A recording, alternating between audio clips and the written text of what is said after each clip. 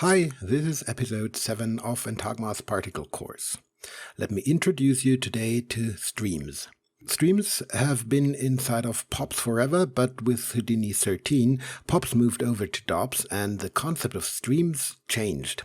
Streams are quite important, and we looked briefly at them in the growth tutorial, but let me clarify exactly how streams work today, because streams are a very important part of building particle networks. So let's do a very quick geometry just to understand what exactly streams do. So let's create a geonode. Let's dive inside and create a grid and change it to be size 1 by 1. And let's scatter some points that we want to use as particles. In our case, let's scatter 50,000. Like so. Quite a dense packing of points on this grid. And now I want to create an attribute that I can use to drive my particle streams. I just want to create a circular gradient here. So I quickly lay down a point warp. Here it is. Attach it here, and let's call this falloff, because we just want to create a falloff value. And let's dive inside. And what I want to do is I want to create a circular gradient, and I can do this by just measuring the distance of the particles to the origin of the world and using this as a value. So let's just lay down a length, VOP. And if we just use P to measure the length of P, that is the distance to 0, because P is just a vector from the origin to the point. So let's fit this, fit range, and let's fit it from 0 to 0.5, should be 0 to 1. Let's quickly connect this to CD just to see what we get. Looks good, like this. And let's now disconnect it from CD. Instead, let's bind it to a new attribute, bind export, and let's call the attribute falloff, like so. So now we have a falloff value, and now we can append a pop network. So append a pop network, wire the points into the pop network, makes the pop network visible, and dive inside. And here we get all the incoming points as guide geometry, but we don't get particles, because the emission type is set to scatter on surfaces. So let's switch to all points and let's turn off the guides. If we now press play, nothing happens, but we get a lot of particles because all the particles are replicated in each frame. Let me make some room here for the network. Just make these two smaller. So what if we want to color the particles? Easy, lay down a pop color, connect it here, and the particles turn purple, maybe something a little bit more visible, like orange, like so. Okay. And now, what if I want to select the particles based on our gradient that we created and color them differently? Well, you can just lay down a group, a pop group, and append it here after the pop color. And now we can use this expression to create a group. So we can write if at falloff, that is the value that we created in SOPs, falloff is smaller than, say, 0.7, and then in group should be 1. And because it's just a statement of one line, we don't need parentheses here. So now we created a group. Let's give it a name, say colorize, and let's check. And we have a point group, colorize, with some particles in it. So if we now lay down another pop color, after that, everybody picks up the purple color of this pop color. But now we can activate this group and just select colorize, and it will be applied only to the particles in that group. So, perfect. That is exactly what we were after. But the problem with this approach is, what if I want to go further? What if I, let's say, lay down a force, a pop force, and attach it here, and then I increase the amplitude, not to 8, but to 1, say. Let's press play, and everybody is affected by the pop force. And if we now want to restrict this to the circular particles, 2, we again have to tick on group and put the colorized group here. And I think you can see, now only these are affected, that this gets tedious very quickly. If you are building a complicated setup with a lot of nodes that all have to only affect the purple particles, you quickly will be annoyed by always ticking on group and putting in the group. So that is why Pops introduced a different concept for this called streams. And what streams are, they are basically groups, but they are managed automatically. So each particle generator creates a stream. And if you middle click here in the pop force, you see that we not only have a colorized group, but a stream source first input. And this group is created automatically by this pop source. And that means that all the nodes that are attached after this source automatically work on the particles of this stream. So these nodes figure out automatically on which particles they have to work. And that is very handy, especially because we can branch off other streams. So to do the same thing as we did here with groups, with streams it would look something like this. So let's get rid of these nodes and put them to the side. We would, instead of creating a group, create a new stream with a pop stream. So let's wire our main stream into here, and maybe let's rename the source first input to A to make it more readable. If we now middle click here, we see, let's rewind and play, and now we should see that we have a group stream A. Because the stream always picks up just the name of the node that is generating the stream. And by the way, that is not magic, but here on the pop source you will find a stream tab, and here you can put in the stream name, but the default is that it is using $OS, so it's just reading the name. But now that we have a new stream, we can call this B, and we can wire it into this wire pops into here, and now we can just use our two nodes from before, the pop color and the pop force. They error at the moment because the group is not available anymore, so let's get rid of the group, like so. Group. Not much is happening because we have to copy this rule here over to our stream, like so. And now you see that you are getting exactly the same thing. Purple particles in the middle, orange particles outside, and the purple particles are moving with the pop force. But now you don't have to specify any groups. The nodes figure out automatically that they are attached to the stream that is created by this pop stream here, and that they should operate on this stream. So now you can create different behaviors for the orange particles from stream A and for the purple particles from stream B. But wait, what if we want to do something different? What if we want to have the orange particles move with the force and not the purple ones? That's easy. And by the way, let me quickly change the background to dark such that you can see this better. So if I just take the pop force and put it in this stream, so now only the orange particles should move. Oh, but what is that? All the particles are moving. Not only the orange ones, but the blue ones too. Why is that? Well, that is because particles can be in many streams at the same time. And what happens here is that all the particles that are created from the pop source are ending up in stream A. That means this pop color and this pop force is executed for all the particles. But why are they purple then? Well, because after that, some of the particles are moved to stream B, but that does not mean that they are not in stream A anymore. They are now in stream B and in stream A, and the pop color is just overriding the orange. But the force that is added by the pop force just remains on the particles, and that means that all the particles are moving. So if you want to have only the orange particles picking up the force, you have to operate differently. In this case, you would create a third stream called C, like so, and now put the pop force here in the C stream, and let's change this expression here. Instead of saying that all the particles with a fall of value smaller should be in group, we want to do the opposite and say all the particles bigger are in the group.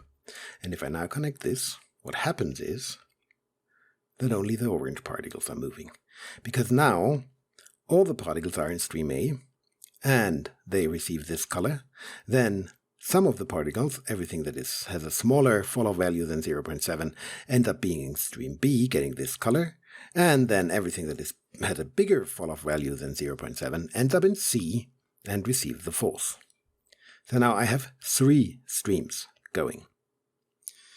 You can use streams to get more complicated behavior. Let's get rid of stream C for now, and let's do something different. Wait a second, we have now many wires going into here. That is not good, so let's cut these and let's create the right order again. What if I create another stream, but instead of connecting it to A, let's now connect it to B. And I want to do something with a bounding box, so enable a bounding box here with this stream and connect it here, and you get a bounding box. And let's create another pop color for the stream. Let's call it C. And let's make the particles green. Now everything inside of the circle turns green. But what if I move the bounding box? Let's go to the stream and move the bounding box over in X. Now only the particles that are in stream B and inside of the bounding box turn green, because only these particles end up in stream C. So if I connect the stream C pop stream node to stream A, all the particles in the bounding box will be green, because the incoming stream is all the particles. Connected to B, the incoming stream is only the purple particles. That is the difference. And what happens if I don't connect any input to this node? Well, then all the particles turn green too. Why that? Well, that is because we are not in SOPs, but we are in DOPs. And all you see here might look a little bit like SOPs because stuff is executed from top down, but in reality it's just plain vanilla DOPs. And that means that this node, although it does not receive an input, works on all the points. If I get rid of this bounding, you see everything turns green. So let me quickly explain how DOPs work and how they differ from SOPs. In SOPs, the connections between nodes define 2 things. A, which node to execute first and which node to execute later. And in SOPs this is top down, so this node first and then comes this node. And B, it is specifying on which geometry the node is operating. So a node is only picking up the geometry that is coming in. That is not the case in DOPs. DOPs is a multi-object environment. Think about RBD simulations, for example. You want to simulate many objects, not only one. And that is why these 2 functions of the network are split into 2 different branches of the network in DOPs. You have these purple connections and you have these gray connections here. And the gray connections are in charge of telling on which geometry the nodes should operate. And the purple connections only tell the nodes in which order to execute. And as if this wouldn't be complicated enough, the order that nodes execute inside of DOPs is quite different than in SOPs. So that means the pop object is holding the geometry to execute, and this geometry is all the points. If you go to the geometry spreadsheet, you can look at this. Here you have an entry for the pop object, and if you open this up, you find geometry, and here you have all the particles. And how do these points end up inside of the pop object? Well, the pop object is just a container, and the source, if you just allow editing of contents, quickly dive inside, the source is just a subsolver. And if you click this subsolver, then you see that this subsolver is operating on a data entry called geometry. So this subsolver is just adding points to the geometry that is held by this pop object. Although there is no connection, this solver here is adding points to this object. And all the other nodes are just operating on this geometry data. If I go to this stream here, for example, and go to bindings, you see, again, it is working on geometry. So it does not need a connection. And how is the order of execution determined? Well, inside of DOPs, it works like this. It starts from the solver, and then it goes upwards. And then if it finds a merge, it picks the leftmost stream, and then it goes up until an end is reached. And this will be the node, the first node to be executed. Then the next node downwards is executed, and then it moves to the right and does the same thing, goes up the stream, ends here. Why does it end here? Because this is a dotted line. More on this later. So this is not a solid line, so the chain ends here, then B is executed, then it goes down again, the pop color is executed, then it goes to the right, up to the end of the stream, then C is executed, and then this pop color is executed. That is how DOPs work. And this connection here is not valid as a execution connection.